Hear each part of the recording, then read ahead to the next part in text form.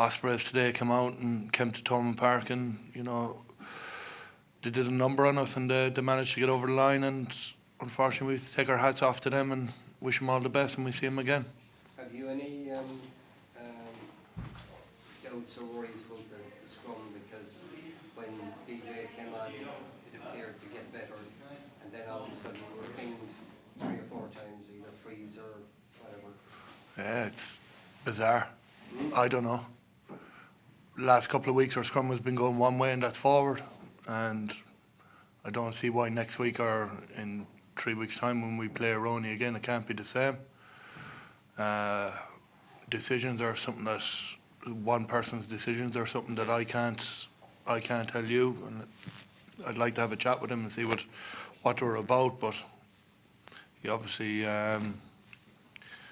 was going to go one way or the other, and it went the wrong way for our point of view. Yeah, well, I mean, there might not have been any doubt in the first half when things were going on with Stephen, maybe. But it all depends, Our ball was pretty solid, pretty straight, and their ball, it seemed to be all over the place. They seemed to be moving, trying to hit and run every time, and pivot and trying to disrupt, So one scrum was fine, and when we were in control of what we could do in our actions, on their side, when they're in control of how the pace of the ball is put into the scrum, seemed to be a bit messy. So without putting your neck in the block, you possibly say you weren't too happy with some of the decisions. Would that be fair? You tell me. I'm sure I'm young at this game, and I'm pretty sure I can't say anything. So. Are you happy with the way the Munster scrum went? In terms, yeah, I think at times, yeah. I think you have to deal with different people every week and different calling structures and different. I thought the boys adapted, and we went for a couple of scrums. I think the one before half time we were going forward and we were square, and their hips were facing the touchline, and they got a penalty. And whether he saw something different, he's closer to it than I am. I can't tell you what his decisions are. I suppose that's a question you could ask him. On the plus side, from a plus side from the match, Peter O'Mahony seems to be just getting better and better, and 10 minutes to go in the match, he's making great decisions for a very young captain, for a very inexperienced captain at this level.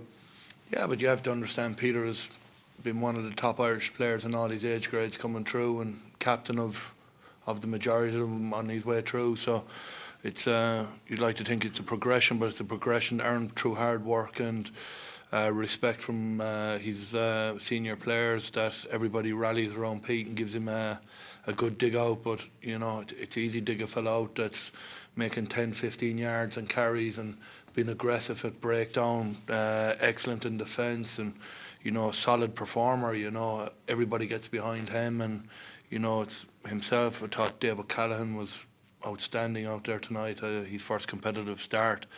These guys have come through the Munster system, and they're putting their hats in the ring against very good Ospreys back row tonight. Thomas Bierman, excellent player, played with the Dragons, and their captain.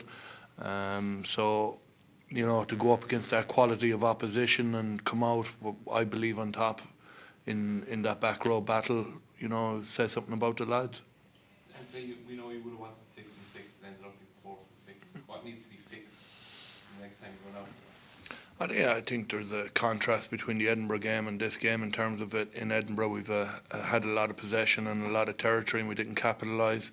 Today it was probably about 50-50, and even though we had good opportunities, we didn't capitalise on them as well. It's just probably our green zone execution and making sure that when we go in there, we come out with points. I think even a drop goal, keep possession a bit longer. I don't know, as the season progresses, and hopefully we'll get tidier in there and make sure that we're probably a bit more ruthless in our approach when we're 2 metres from the line. I was going to say, at the end of last season, Tony was going to be more clinical.